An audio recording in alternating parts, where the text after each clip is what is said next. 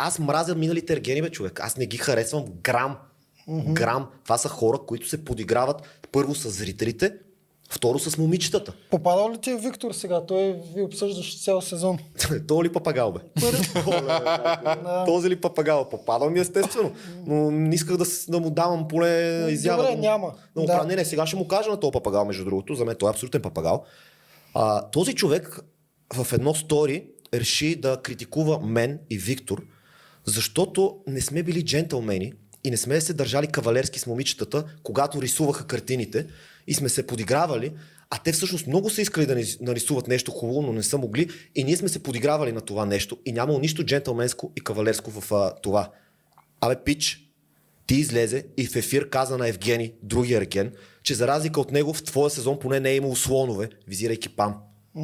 Извинявай, ти ли ще ми говориш на мен за джентълменство и кавалерство? Това е един фалшив герой.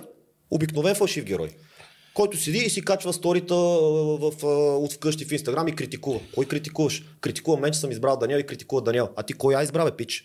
Ти избра другата Даниел. Ти Виктория си другия, Капитонова. който